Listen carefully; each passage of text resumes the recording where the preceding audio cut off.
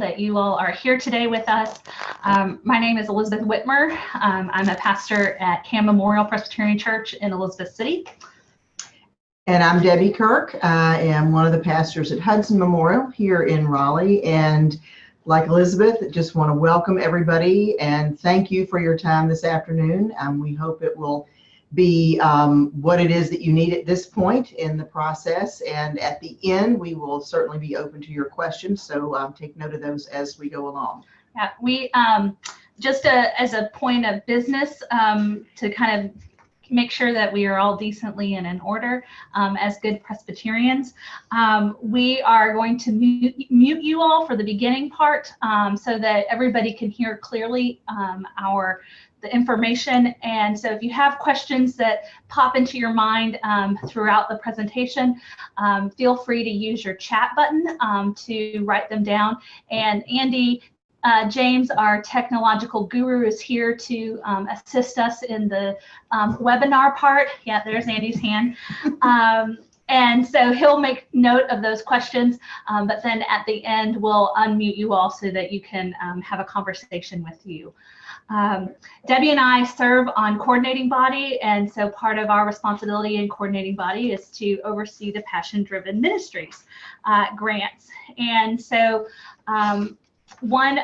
and that's really part of coordinating body's responsibility, is to ensure that we as a presbytery are able to stay in line with our vision for the presbytery. And so our Passion-Driven Ministries fall under that vision, specifically with the last part of our vision statement, the very last sentence, which says that, moreover, the presbytery will promote community among its members and churches, facilitate dialogue, and connect local churches to each other and to the larger denomination. And so out of our vision statement really comes this Passion-Driven Ministry, which Debbie will tell you a little bit about our history. If you've been around the presbytery a while, you may know that Passion-Driven Ministries is verbiage that we've used in the last few years that we think appropriately captures what we're trying to do for our life together in the 21st century as a presbytery. These are ways that we offer to members of the presbytery to carry out ministries that allow us, again, to consistently and faithfully live together in the presbytery, to honor our life together and our congregational calling, and also to nurture leaders. And so we are going into our fourth cycle, and we are just absolutely thrilled with all of the projects and the grants that we are able to fund as they come from you all. They come from ideas and from energies and from passion that you all have about things that are allowing us to do ministry again in the 21st century that we were not able to do just a few years ago. So we're excited about it and thrilled that you all are interested in it and are going to be a part of it going forward if you have not already before. So usually we refer to Passion-Driven Ministries by its acronym, the PDMs. And so a lot of times people will ask us, what is a PDM grant? So to kind of give you the overview definition of it, a PDM is an emerging, innovative, or unique expanded ministry opportunity that brings together congregations, community partners, and or people to respond to emerging needs within the vision of New Hope Presbytery. So, I mean, this is a really broad definition, and it's broad because we want it to be broad. We don't want to limit your thinking to say that it has to fall into a specific category or line. So we use the words a ministry, a program, or the third one. Program, ministry, or project.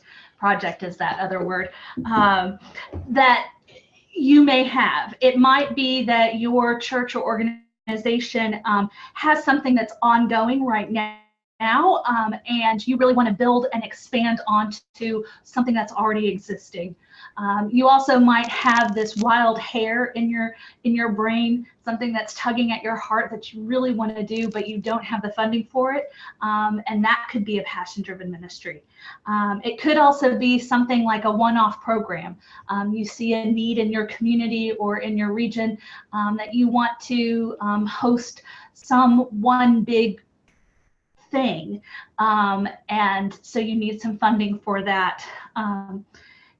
It really varies, and most of our PDMs in the past have been varied over the course of the last 3 years, from something that's already had existed and building upon something that was brand new, and we've also had one-offs as well that have been very fruitful to kind of be a catalyst for that churches or that organization's ministries.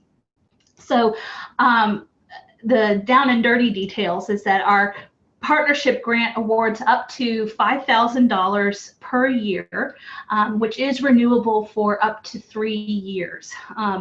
And this provides you with startup funding, supporting funding, or for your new ministry project or program. The one thing that is different this year, in the past, we have allowed our grant applications to designate that they wanted to apply 3 years or 2 years or 1 year. But we found that was really difficult to understand kind of their progression and their growth. So what we are asking for this year and for years going forward is that it'll be a 1-year grant, and then you can just renew, you can update your application in the next 2 years if you do want to apply for a 3-year cycle grant. So we want to kind of give you a little bit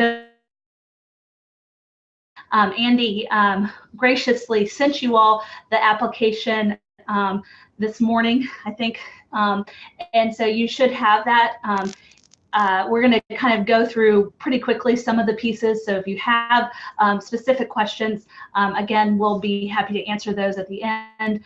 Or if you have questions in the coming months, Debbie or I will be more than happy to answer those questions specifically.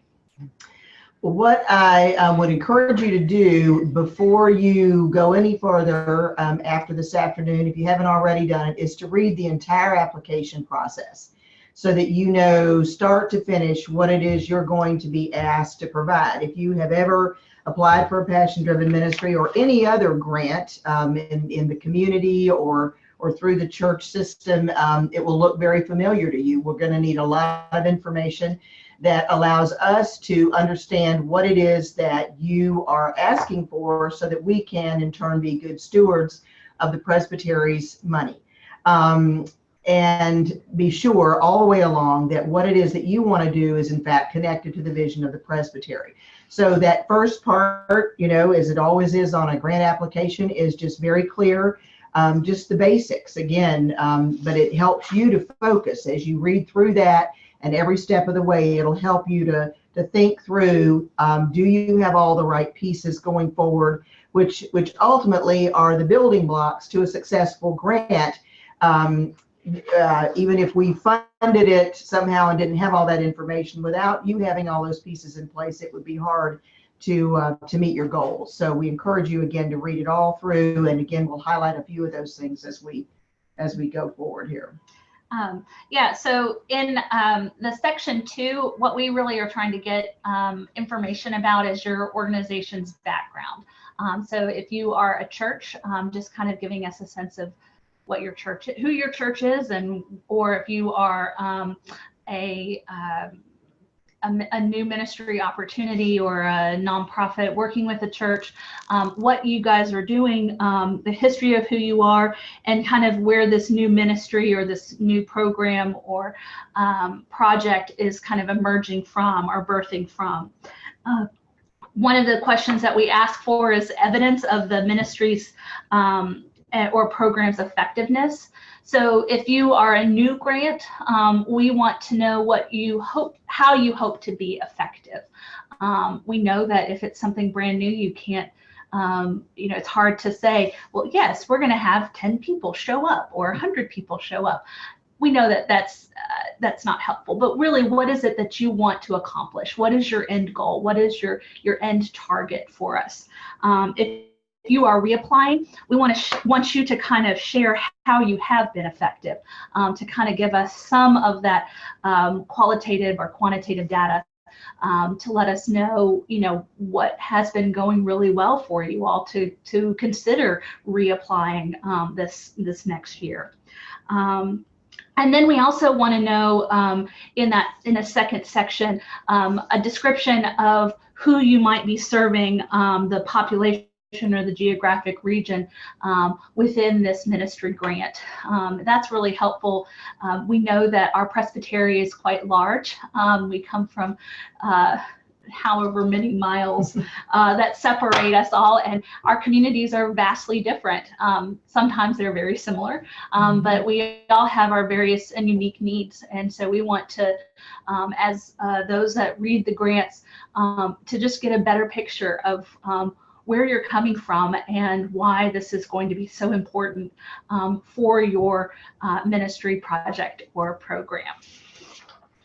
So one of the things that you're going to want to be very, very clear about is what the need is. There are lots of great ideas out there, but it may not be that all of those ideas meet a particular need in your congregation and or your community and the others with whom you will partner. And so you want to do some research to try to determine what it is that is really needed, and if your vision and your passion is consistent with the need that you have identified, and then if all of that is consistent with needs within the presbytery. As Elizabeth said, we really don't want to limit creativity, but we do want to be sure that everything lines up. And so the sooner you identify very clearly those pieces, the better you will be as you go along seeking partnerships, seeking funding from the presbytery and also from other sources. And again, each step of the way, you'll want to be sure that each piece of it aligns with the vision of the presbytery. And we are certainly here to assist you with that through the application process. If you get to a point and you wonder, well, it looks like we're going to need to go in this direction and we're not quite sure if that really fits, you can always ask us and we will help you, frame that within, again, what it is that we believe is faithful to who we are being called to be and how we're being called to live out our lives together here. And our other kind of big focus is the partnerships. Whoever you are partnering with, whether it be another church, another organization, how you guys are going to do that ministry together. We really, in this section 3, really want to make sure that is clear to us, because that is such a vital part of our presbytery's vision, is to be collaborators together. And then finally, in our section 4, it's about sustainability. So we, as much as we would like to think that the presbytery is an endless pot of money, that's not always true. And so we want to also give space for other people and organizations to have their own PDMs as well. And so we want to know how sustainable that you will be. This is most important when it comes to long-term ministries or projects. We ultimately want to not have to be your only funding source. So we do just want to know that that we want to get you started, but we also want you to figure out how to support yourselves later on. And so that's kind of the really quick and dirty of the application process. But again, like Debbie said, read the application, read it again, and then start working on it, and ask us if you have any questions. Mm-hmm. And we just, again, on the front end, want to let you know what it takes to have a successful PDM. And if you read through the application process, it's very clear, but we also think it's important to spell that out. And the key to that is really partnerships, because we so believe in the community aspect of everything we do. And so you may be partnering with another Presbyterian church. You may be partnering with multi-faith groups within your community. You may be partnering with community entities. Various kinds of situations work in different ways depending on the community that you're in and depending on what it is that you feel called to do. And so we just want to encourage you to look for partnerships. Perhaps there are other groups or entities that have a great strength in an area that you could learn from and be a part of, or perhaps there's some other groups or entities that will need the support of a group like yours to be able to do something at all. So be creative and think outside the box as you look around your community to see with whom you might partner. And then again, think about the ministries that are innovative and unique and creative that offer something to an area that perhaps is very underserved. It could certainly be an area that has a lot of attention in your community that perhaps has an aspect that isn't being completely dealt with, or something completely new. But look around and trust the Holy Spirit to really help you discern how it is that your project might play itself out. And the more you work through the application process, the more you will see that. And again, think about leadership, because all these projects are going to need leaders. And so you'll want to identify some of those on the front end, but you'll also want to look at ways to bring in other folks, again, within the community, within your congregations. Look for those people that have gifts and skills that might be uniquely suited to the project that you are thinking about.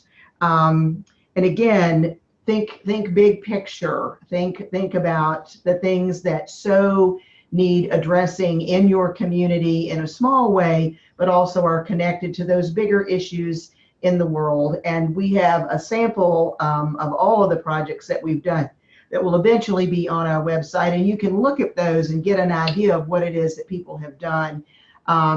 Perhaps it's a very unique ministry dealing with the issue of hunger in your community, but that's certainly a global issue as well. So we certainly encourage you to think along those lines.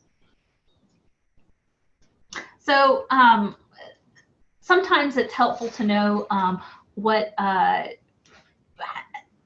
while it's also good to, let me start that thought over again. It's always helpful to know what is a good qualities for a PDM, but sometimes it's also helpful to know why others have been rejected. We haven't rejected very many PDMs over the course of the last couple of years, but we have rejected a few people for just a few minor reasons, but are still really important because it doesn't fit our vision for the presbytery and the vision of the PDMs. So one of the reasons that we have rejected PDMs in the past is that they don't demonstrate a true partnership. And so, like Debbie said, a true partnership are two churches together, two or more. They can be two Presbyterian churches. They could be a Presbyterian and another denomination or another faith tradition. It could be a church and a nonprofit. It could be a church and some other community organization together. One of the things that we've had as questionable before is a church and a function of the church. We need to clearly understand that the function is a completely separate entity of the church. So, for example, the session and the Presbyterian women of one congregation can't partner together, but two Presbyterian organizations from two different congregations or two sessions could partner together. And so that's one of those kind of distinctions that we like to see, because we really do want more stretching of collaboration together. It's hard to believe, but there are people that don't fill out the application completely. And so, or the questions aren't answered fully. You have to remember, I know, even though you have been thinking and dreaming and planning for your your ministry or your project or your passion, but we need to take that information from your brain and your heart, and you need to tell us everything because we aren't mind readers. And so what you put into your application is what we have to start envisioning and seeing your ministry and your passions and dreams coming together. And so if you don't answer the questions fully, we might not be able to fully see your dream. We have in the past called people to follow up on certain questions, but that gets tedious on our end. So the more that you share with us, and even I think a little bit overshare can sometimes be a lot more helpful than just giving us very minimal information. And then for our second and our third year applicants, we really want to see how your program, your ministry, your project is growing. How, we don't really want to see that it's the same from last year. We want to see some sort of evolutionary process. So if you are, if you're building a community garden and you built a few beds this year, and next year you're going to build more and you're involving more people, that's good. That shows us that there is some momentum, and that's what we want to hear from you guys. And then also the other piece is that we don't see the sustainability, because we want you guys to flourish or to see the project end, one or the other. And so those are just kind of some things that we've seen over the course of the last 3 years of why we've had to say no to certain projects. And so before we wrap up this part of our webinar, we just want to highlight, if you're not aware, some of the previous and current PDM recipients. And one of them that is called A Place at the Table. And we actually are one of the smaller partners in that amazing project. It is a brand new eatery in downtown Raleigh that is the first of its kind here. It is a pay what you can restaurant. It is an amazing project. It was almost a 4-year process for that group, but we had one of our Presbyterian churches who was a very early partner with A Place at the Table, and so we have been able to provide some grant money to assist with this, and we're very proud of that. We're very proud to have our name associated with it, but again, it's something that is unique to downtown Raleigh, that a group of people here noted was a particular need, and some of our church folks were very involved in that and are still, and we're grateful to be a partner with that. But it's an example of something that is a very big project, involves a great deal of money, will be long term, sustainable long after our particular process is concluded with that. But that's one example of a particular project. So another ministry opportunity that occurred in April of last year, it was the Dare to Dream conference, which was put on by multiple churches in our presbytery, along with the Coalition for Peace and Justice. And what they did was they brought in the Reverend Dr. Mitri Rahab, as part of an interfaith dialogue for the community. So it was just a 3-day conference, which included worship and dinner, and then interfaith dialogue with multiple people over the course of the weekend. And they had musicians, they had David Lamont come, and it was a way for multiple communities to kind of start talking about how do we share conversations together as part of the various Abrahamic faiths. So this is an example of something that was a short-lived passion-driven ministry, but had lasting imprints for people. But financially, it was a one-shot type deal, which was really helpful. Then another opportunity that we have supported is the Hosky Community Choir.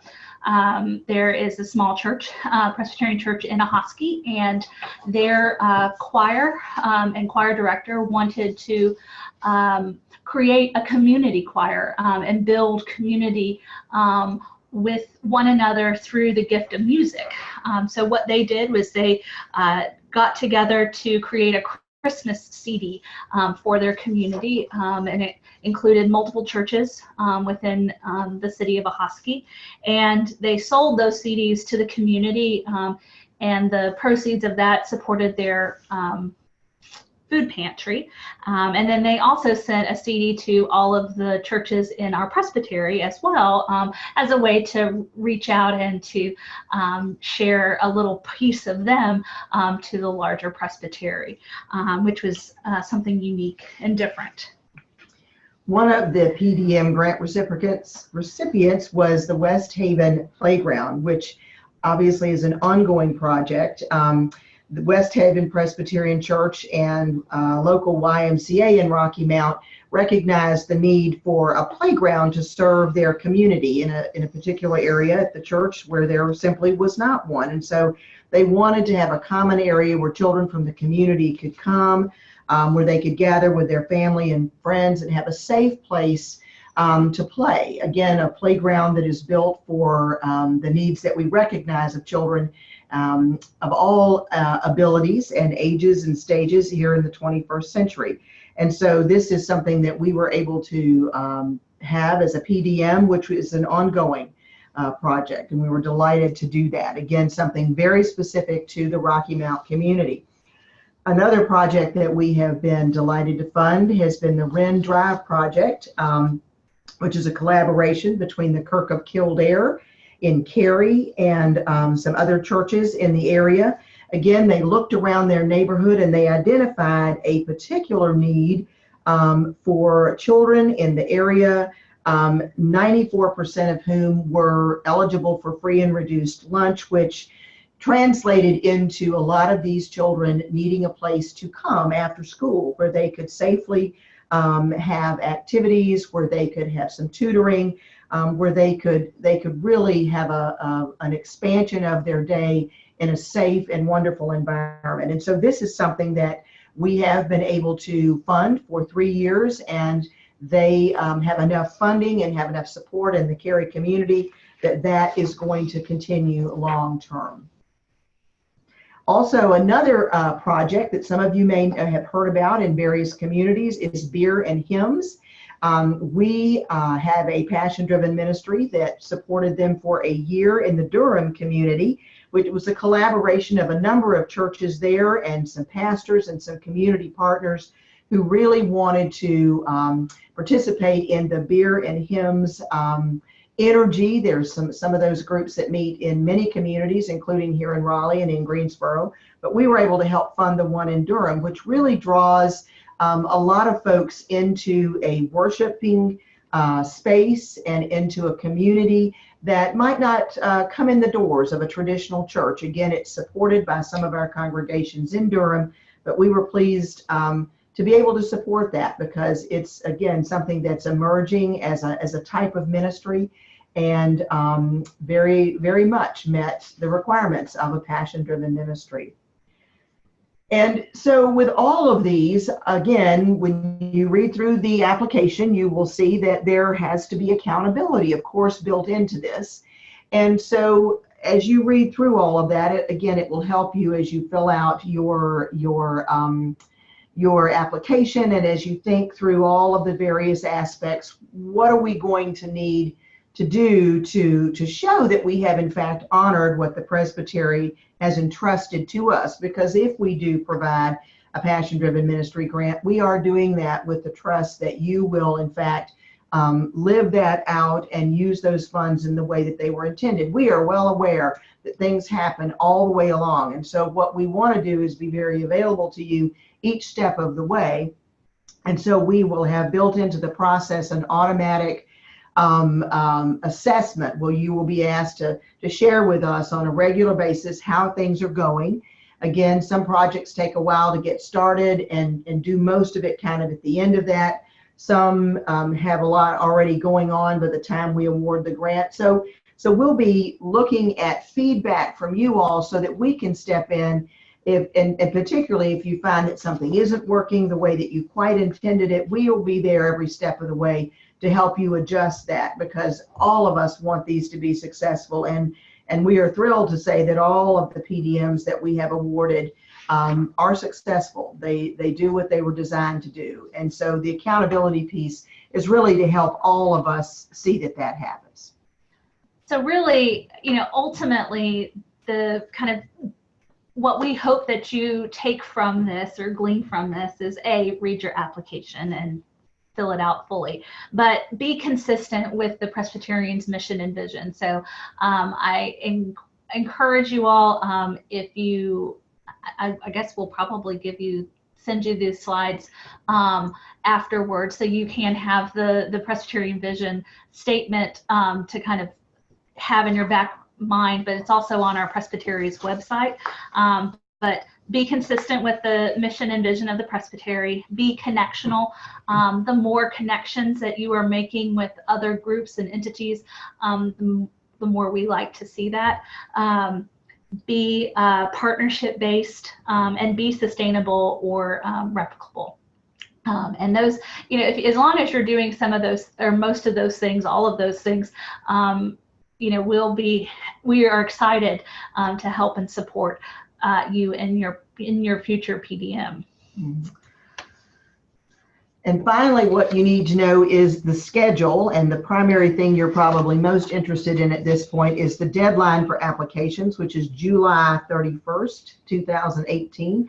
So you all are well ahead of the game in paying attention to this now, because if you wait till the last minute, even with a lot of good ideas and even with a lot of pieces, you will have a hard time getting all those things in place by that application deadline. We don't accept anything after that. You are certainly welcome to give those to us whenever you have them complete, but we do not read them until August. So there's no benefit to giving it to us early, other than you've already done it and we already have it.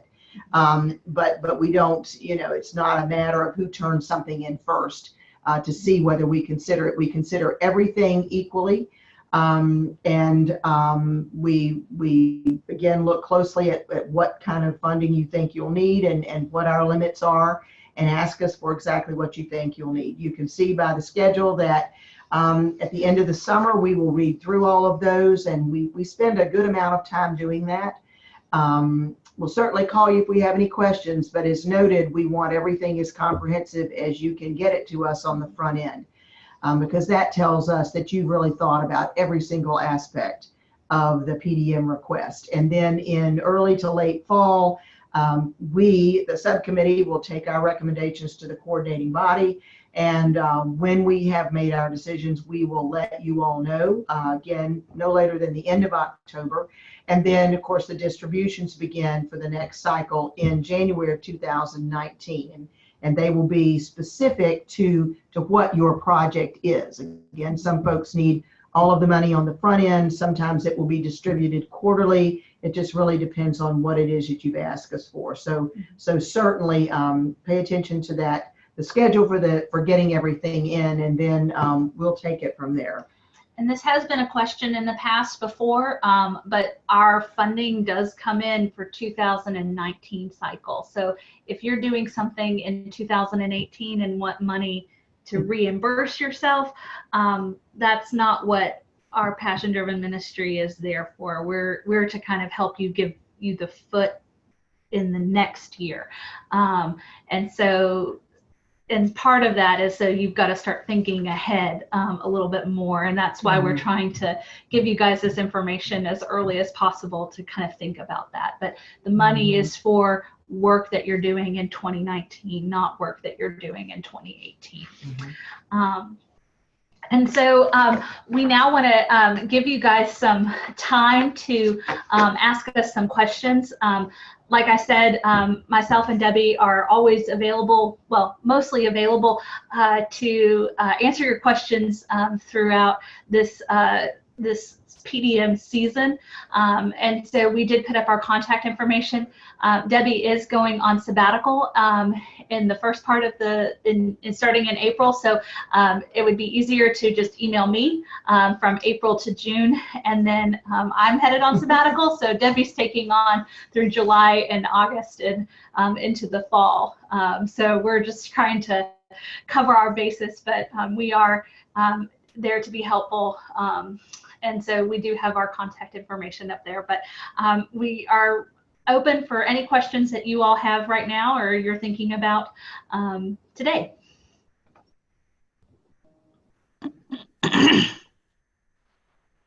How many grants do you award every year? Do you have a number? We actually don't have a number. It is the grants are put into the operating budget of the presbytery each year. And so we really just award what we can and what we think is most fruitful. So I think last year we had 5 or 6, I think we did. And but we haven't had, I think we had maybe 7 or 8 applications last year. So there was only 2 that we rejected. So it really is just dependent upon what you all send to us, and then how much each of those applications are asked, what kind of funding they're asking for. That's a great question. Hey, I am typing my question now, but my question is, what percentage of the PDMs in the past have been funded for the 3 years? That's hard to say because we actually haven't had many ask for 3 years. And again, when we started doing this, we thought about actually approving for 3 years at a time, and it's turned out not to be totally realistic. So what we're asking you to do is let us know, certainly, if you are thinking this is going to be a 3-year process, but just know that each year we have to relook at that. Part of that is depending on what else is asked, but part of that of our agenda is to also encourage you from day one, if you want this to be something that is long-term sustainable, start looking as soon as you turn this application in, start looking for other partners and other funding. Because again, what we're able to give depends on the gifts from the presbytery. And so I know we've got other folks who look for funding from the United Way, from other community agencies, because our presbytery is very generous, but what we're able to do actually depends on the budget for 2019, which we don't know at this point. So again, it's a good question, but it's hard to answer clearly because we really don't. Right. We've only had a few that we did that on the very front end. Wren Drive was one of those. And again, they from the very first knew that they wanted it to be a long-term sustainable project in Cary, and they went right ahead and got all those other pieces in place. So they knew, and we knew that we could do 3 years, but that we would be phasing that out. I hope that's helpful. So we have a question. I mean, I guess. Go ahead, Rebecca. I just was thanking you for that response. I think it is helpful for me. I think it just means that in the communicating we do in the application process, we want to make sure that you understand that it is kind of it's a long game. The ideas we have. Well, yeah. We had we had one recipient last year that they were explicit in telling us that they have a plan, a 3-year plan for their projects, and we gave them feedback to say after we awarded them this year, we gave them feedback and said, okay, we want to see these components in order to give you funding for this next cycle, and we did that. Another organization as well in the past, and they didn't do that. They didn't follow our recommendations, and so we had to not give them that continued funding. So what you're saying is that you essentially helped them to assess how it was that they were going to be transparent about what they were doing and how successful it was going and things like that as far as follow-up.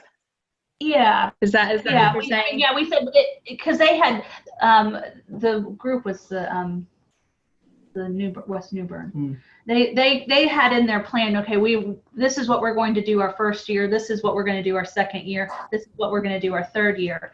And one of the one of the things we said was that we hope in your second year you create better, stronger partnerships with some other entities. That was one of the things that we wanted to see from them. And then that you, when you apply for this next year, that you can tell us that you accomplished what you wanted to do this first year. Gotcha. That's sort of Thank you. That's really helpful because in what we've written up already, we'd already done the 3-year thing. That's why I'm asking about this to begin with. And so we'd already kind of charted it out over the course of 3 years. Yeah. And so I was just kind of wondering then with the announcement at the beginning that it would be a one year at a time, just how I would facilitate that. But that's helpful. Thank you. Good. Thank you. So we have a question from John Fawcett. He can't speak to us. He doesn't have a microphone that works. He says, on the application at the bottom of page 5, it talks about quarterly updates to the about things, but you all said 3 times a year, which is correct. What is there some change? Anything to be aware of? That's a good question. We have said quarterly, but we also have recognized that for some projects, depending on what they are, 3 times in the cycle is probably adequate. So what we will do is when we approve a PDM, we will let you know exactly when you can expect. And what we're going to do is this will be an automatic send, and it will come to the folks whose names are the key contacts on the application. When we approve that, we'll send that to you, and it'll say, okay, your dates for updates are this, and this. So you'll know that going in. But that's a good question. We got some feedback that for some of our projects that are going on now that we might not need that much, but for others we think we do. I hope that's a helpful answer.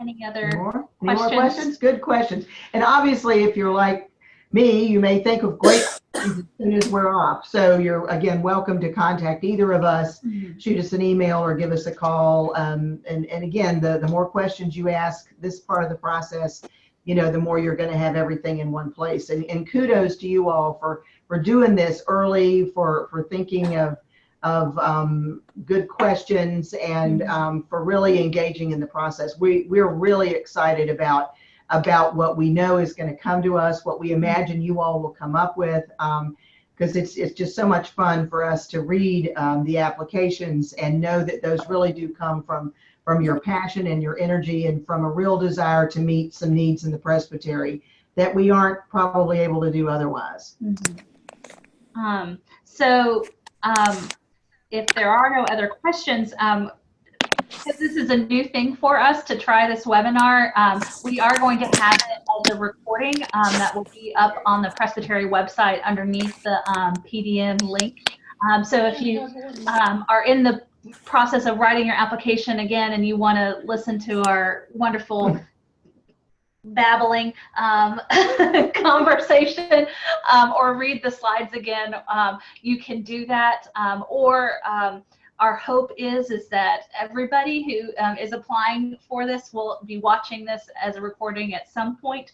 And so just so that we know, because this is new, just so that we know that you've actually watched this webinar, if you could just put on your application somewhere that you have watched this webinar, that will give us some feedback as well, because this is our 4th cycle.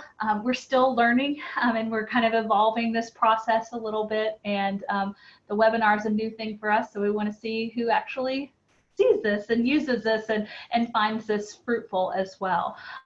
So do just on your application somewhere just say, I watched your webinar, you all are just so wonderful and amazing. Or whatever you want to put. I mean, just put that you watched the webinar. And thank you. Thank you so much. We really appreciate you taking the time this afternoon. Yes, thank you so much.